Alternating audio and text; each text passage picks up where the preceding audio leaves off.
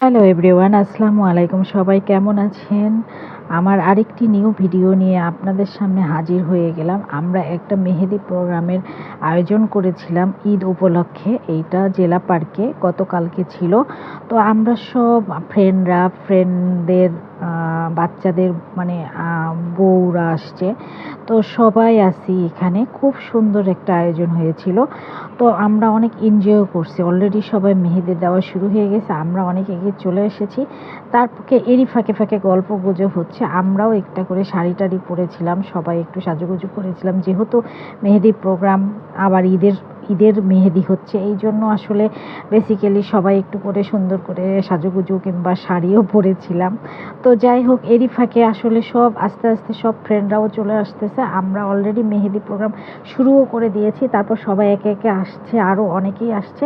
আর আরেকটা কথা না বললে না, যেটা হলো যে আমরা গতকাল রোজা ছিলাম সবাই। তো সেই উপলক্ষে আবার সন্ধ্যার ইফতারিও ছিল। মানে আমরা কয়েকজন ওখানে রোজা ছিলাম, 2-1 জন।